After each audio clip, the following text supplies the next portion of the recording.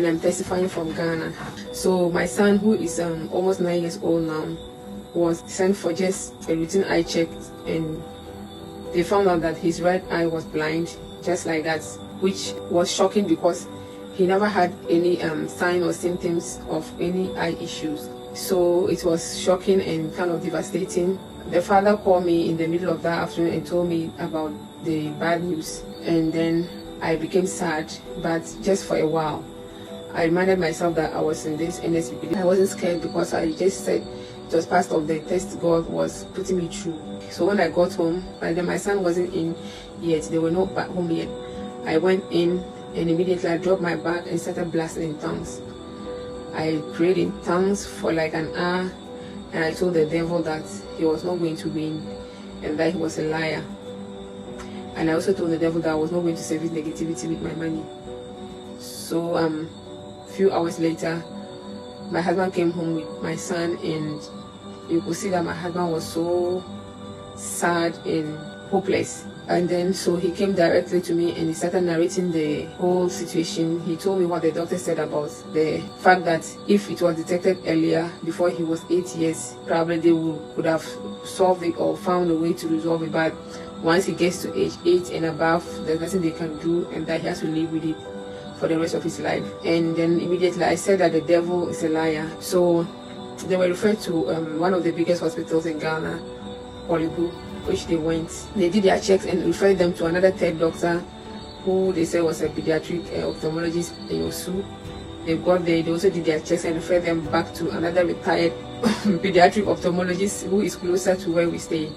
It was just back and forth.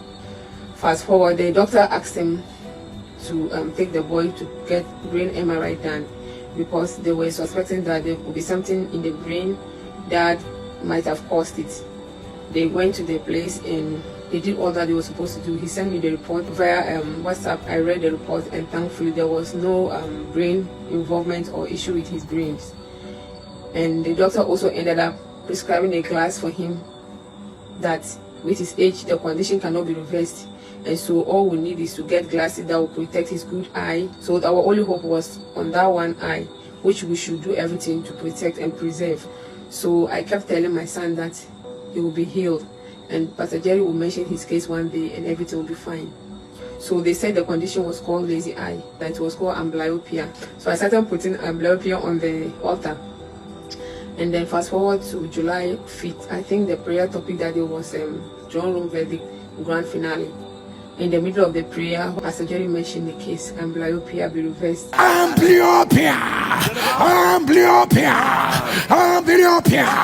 If you are the one, put it on the live stream. The devil is a lie.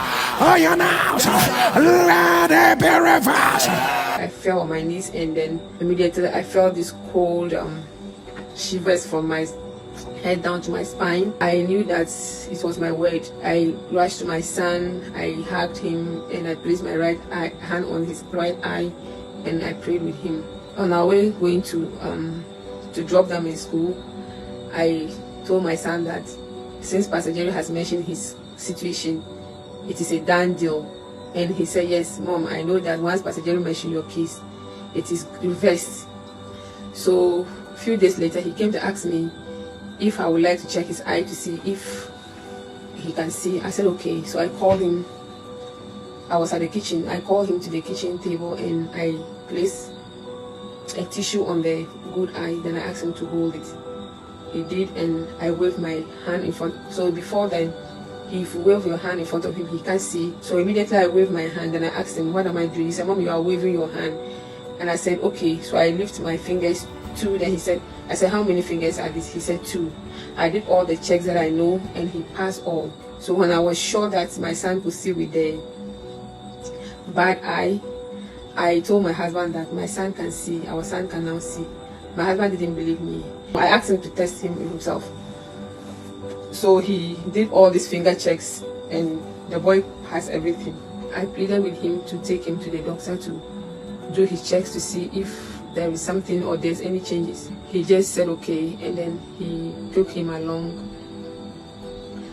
And then in the middle of afternoon, I WhatsApped him to ask how things went, and he replied back and said, I think their bad eye that could not see can see.